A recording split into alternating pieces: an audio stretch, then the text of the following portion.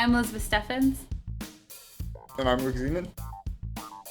And we do a podcast together called Comic Relief, in which we focus on superhero-related movies, comics, and books. So yeah, we've been doing this since March. Essentially, we had a lot of pre-production time in it because we had constantly discussing it before we actually went underway to start doing it.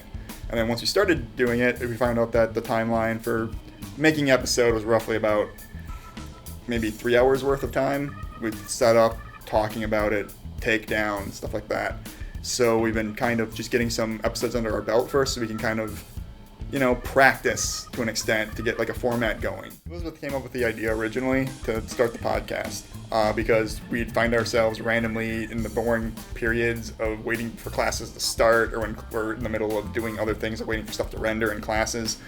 We'd talk about comics and comic book heroes and other stuff like that, and then we'd find out that we just wasted like an hour and a half talking, and on a short day. Yeah, on a short day. We needed internship hours as a thing to try and get, so Elizabeth was like, hey, let's do a podcast. We can fill time with that. And it's worked out pretty good. Yeah, worked out pretty great so far.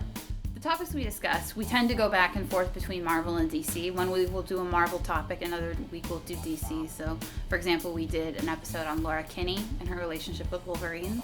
Another episode we did was the Robins from Batman, all of the Robins that have been with Batman.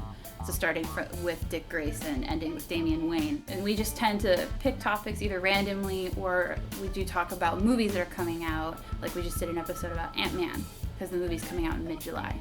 So whatever kind of just strikes our fancy is what we usually talk about. Our episodes that we said we were going to start rolling out soon, we haven't gotten to it yet, but we'll have a SoundCloud active soon, possibly even maybe even like a YouTube where it just like has like highlights like for like a enhanced podcast type thing, but it'll still be audio for now.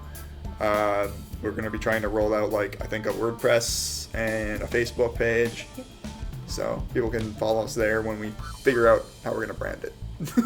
I'd say NWTC helps us prepare for this because we have classes that teach us internet broadcasting, which you kind of need for podcasting and audio purposes, and you have multiple other classes that help you with setting up cameras, all the other stuff. So you learn to use the equipment first, you learn the practicality, and then you get to actually use it. And there's a difference between knowing how and actually doing it, because you never know what might come up, like maybe something isn't working. And if it's not working, you need to have the intelligence and the forewithal to actually go forward and fix it and continue what you're doing.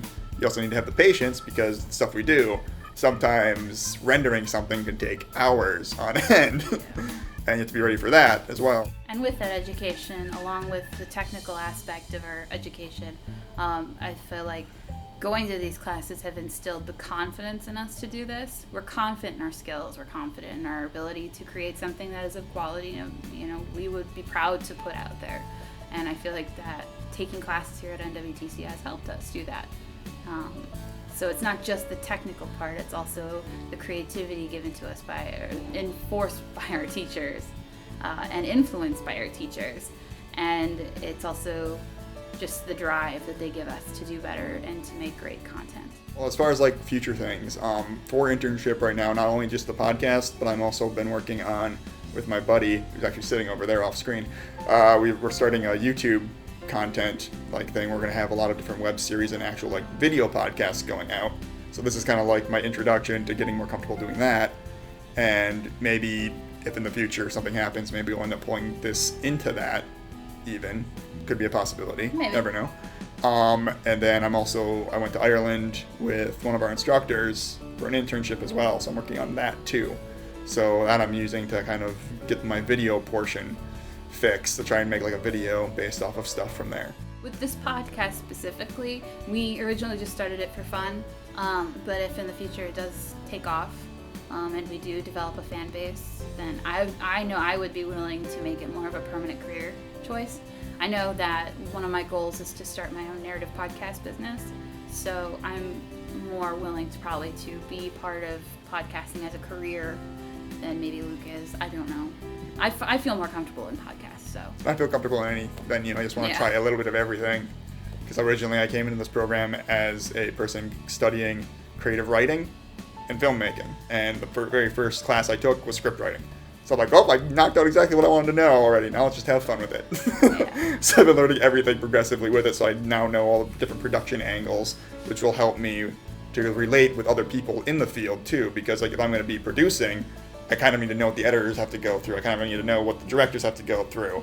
So it makes it easier to connect with the people I'm working with. So. And who knows, maybe you're looking at the next comic book man.